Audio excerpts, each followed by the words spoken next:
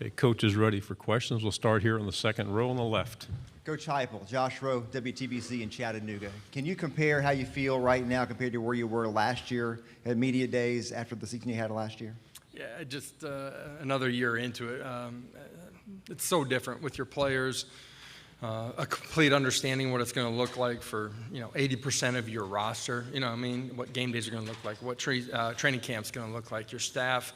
The continuity that we were able to keep with our staff. Really, everybody coming back, old and young coaches and support staff, and that's really changed the way that we've worked from the time that we got back in January. Sure, we redefined everything, but man, it was really about our daily work habits and how we grow immediately from the time that we got foot back on campus, instead of building relationships with new people. And for us, really excited about what we've done in the first 3 quarters of our off season. Excited about training camp. I think we have a great understanding of who we are, what we're about, and how we want to play in all 3 phases of the game. Now it's about competing and growing as we get into training camp. Coach, right side, back row. Michael Cobble, WBRZ TV in Baton Rouge, Louisiana. I know you faced the Tigers before. Just curious, have you ever played at or coached at Tiger Stadium, and your thoughts with that matchup? We did when I was at the University of Missouri tonight that I don't want to go back to, but excited about that. The great thing and the reason you want to coach and the reason you want to play inside of this league is you get an opportunity to go play the best, and certainly that's a great program and a great avenue or venue to play in. It's one that when we get to that point in our season, and our coaches and players will be extremely excited about. On the aisle, third row. I got you. Sweet. Ben Bobick, Local 3 in Chattanooga. You preach a lot about culture and accountability. What's changed from this culture from year 1 to 2 that has this team excited and you heading into year 2? Yeah, our sense of accountability at each point, each cross section of the off season, so dramatically different than where we were the year before, and dramatically different than even where we were when we finished the season. Leadership is so different each Wednesday during our off season before we got to spring ball. It was team day, it was leadership, it was communication. Not just from the leaders that you guys know their names, but from everybody inside of our program, from the young guys inside of our program. And because of that, how we practice during the course of spring ball was completely different. Much more ownership from within by our players. And championship seasons, great seasons happen because of the leadership and the work habits and the accountability factor from within the locker room. It doesn't happen because your coaching staff is different. It happens because of what's inside that locker room. And I love the growth that we've had, and excited about where we're at, but where we got to get to, and how we're going to get there. On the aisle, back row. Hey, Coach Page with WVLT. You talked about the 3 guys you brought here today contributing to a lot of success within this team. What specifically have they done to strengthen this program? Yeah, I think if you just looked at 3 of them all together, the first thing that I would grab is their leadership, right? Truly feeling their energy, their presence, their focus, their intentionality, how we're going to work. They're not just great teammates, they're great leaders, and they force guys around them to raise their level of what they're doing. That would be number 1. Number 2 would just be their consistent work habits and how different they are. For Trey in particular, different than he was a year ago. For Cedric, he's continued to heighten that journey. For Handon, the purposefulness of how he's worked. Very intentional in the morning, being in there and studying offensive football defenses, just scheme, structure, and how we need to attack it, understanding it from a defensive side of perspective, and then fundamentally how much he's grown. Left side, fourth row. Coach Chris Yao, Main Street Media. Last season, several transfer players made a big impact for your team. You have a couple of guys in the secondary who have transferred in. What kind of impact do you feel like they will have on that particular secondary? Yeah, I think as a program, we're deeper than we were a year ago. Earlier today, you mentioned, we had 69 scholarship players as we embarked on, training camp a year ago. And most people last year were probably at 90, closer to 95 with 6-year seniors, and we were thin. We are deeper. We're not as deep as we need to be, but we are deeper. The transfers that have come in, I think they're in a position, physically and mentally, when we start training camp to push and to compete for playing time, for jobs, and on defense, on special teams. I think there's greater depth in particular on the defensive side of the football in our secondary, at the second level linebackers. And we have good competition that needs to take place on the first line with our defensive line too. And that's one of the places that we got to grow. We got to be able to affect the quarterback more on third and long situations, not with pressure, although we're going to need that at times too, but just with our front four and being able to win some of those one-on-one battles. Front row on the right. Anthony Patterson with the Atlanta Boys. With Hendon, what has impressed you since last season when you first came in until now about him? And what do you feel is the next step for him to just, I guess, take that next step? Yeah, I think for him, there's a lot of key words that you could throw out there. But to me, as much as anything, is his ability to handle every situation that's thrown at him. Positive, negative, adverse situations. It doesn't matter. He keeps coming back, and he gets better from every one of those situations. And a young man that's gained so much in confidence. I think in what we do offensively, how we coach him, how we help build them as players and as people has had a positive impact on his performance on the field. But he's had a huge part of that in soaking those things up and really growing over the last 18 months, and so excited about his future and what he's done in the offseason to become a better player and a better leader. Front row, Coach. Good morning, Coach.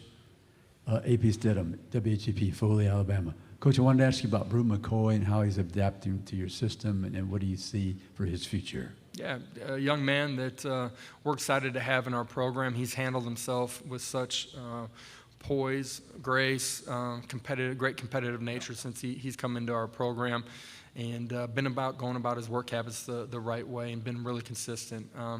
Extremely gifted physically, big, strong, ability to make competitive catches out on the perimeter. His best football is still a long ways ahead of him, and I say that as a positive.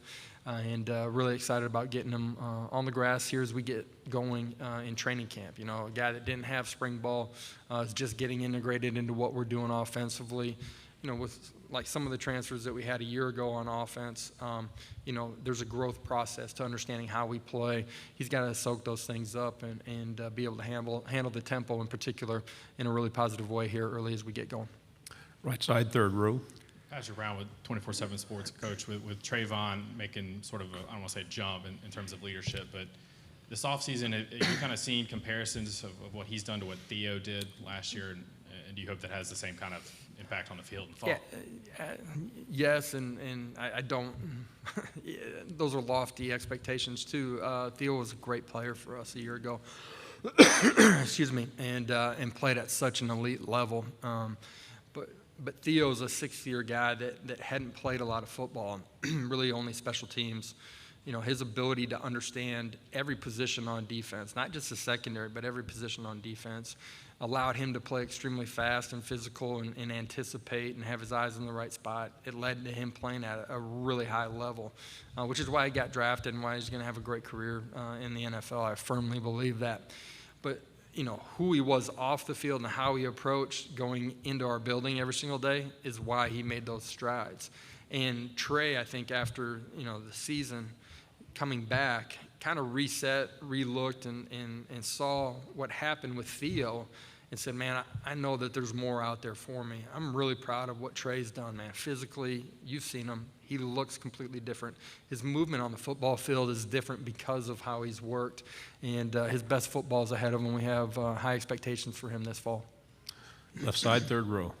Hey, Coach. Kellyanne Stitz, WATE. How do you measure growth from year one to year two, and what sort of jump do you hope the team makes from year one to year two? Yeah, you measure it in the growth, the standards that you have inside of your building. You measure that daily, weekly with your players. You put that in front of them. Physically, they can see the strides that they've made and how they've grown. But each phase, it's about each day and winning the day, winning the set, winning the rep. But that's true in everything that you're doing. It's your meals, it's your training room, it's class. And I'm really proud. The last 3 semesters, our team GPA has gone up every semester. Their best 3 semesters in the history of Tennessee football. How we're doing off the field, those things show up in what you do on the field too, and our players are bought into that. Wins, losses, I don't know. We got high expectations for this season. We want to have the best brotherhood in college football, continuing to build that culture. and go out and compete each and every week. On the aisle, back row. Hey, Coach. Jamal Kennedy, WSFA 12 News in Montgomery. I want to ask you about Jordan Thomas, an incoming freshman. He's coming in. He came out of high school as a quarterback, and now you're switching him over to the defensive side of the ball. Just curious to know, your hopes for him and where you want to see him make strides here in his first year at Tennessee. Yeah, Jordan's done a little bit of everything. Part of what he did on the offense side of the ball is why you want him. He's smart. He's competitive. He cares. Man, he's grown during the course of the summer. He's very, very, very competitive. First week install, I think he felt a little bit overwhelmed. Man, he felt really good after week 2. He came up to me. He's going to make a point that I know that he had a great week. I love his energy and how he works as a young guy. We have high expectations for him to become a great player, but a great leader inside of our program too. Left side. Coach Reggie Chapman, 11 Live TV here in Atlanta. Couple questions. One, you obviously won a national championship. I'm wondering, when you played against Georgia, was there something that you saw maybe that kind of related between that team and maybe the team that you were on back in the day, and also between Georgia, Georgia's team and the championship aspect of it, between what you had back in 2000, and I'm also wondering, I think at Missouri they played at Missouri, if I'm not mistaken, to be able to play in Athens. What's it going to be like? We played both. Played at Missouri. Threw a late pick, got beat late 4th down, and then I still remember that one. And then in Athens, we weren't able to sustain things offensively in the second half to keep up with them. Great program, great players. Their championship team from a year ago had a lot more draft picks than the team that I played on. Certainly in the first couple of years after we won that. They're talented, they're tough, they're competitive. They had winning attributes, man. And, those are things that we're trying to build inside of our program and excited about what we've done up until this point. That'll be a great venue for college football. It is. And when we get to that point in the season, it's one that our staff and our players are going to be excited about playing. Last 2 questions. I'll be on the back row here, first on the aisle. You talked earlier about some of your top guys kind of being no names last season. Now they're on the watch list for a lot of awards. What has it been like, and how rewarding is it to see their hard work paying off, and not only you notice, but the nation does? It's the great thing, and it's one of the toughest things about college football, right? You don't have them on a long-term contract where you got them for a decade. They're out the door after 4 years, but it's a great thing too. So much opportunity, and for the guys that are here, look at their journey from where they were a year ago to where they are now, and excited about that. Really proud of them too, and it's a great thing. College football to me is such a unique sport and the greatest sport that we have. Just 18 to 22-year-olds going through that maturation process, learning how to become the person that they want to be and become the player too. And it's a great journey and one that I don't take for granted that I get a chance to be a part of, and excited about who's next, right? There's names that I maybe haven't talked about today or that you guys don't know. They're going to step up and have great seasons and play critical roles in our success. Final question on the end. Dan Peck, ESPN 106.7 in Auburn. Coach, you're one of several SEC head coaches that jumped from the group of 5 to the SEC. Your observations on the biggest differences between coaching in the group of 5 and coaching in this conference, and maybe some things that are similar as well. You want to coach in this conference because it's college football as good as it gets. Most competitive league in all of college sports. You get to coach against the best. You get to play against the best, and you got to reset every single Saturday afternoon or Saturday evening, man. And once you get into the season, man, it's coming at you fast and furious. And that's the chase, the journey, the competitive arena that you want to be in. That's why players come to Tennessee. They want to play in front of 100,000+ people. They want to feel that energy, 40,000 people when they get off the bus and take the journey down Peyton Manning Way. They want to be a part of those things, and there's nothing more invigorating, challenging, and nothing gives you more energy than those opportunities, and it's what you wake up for every day.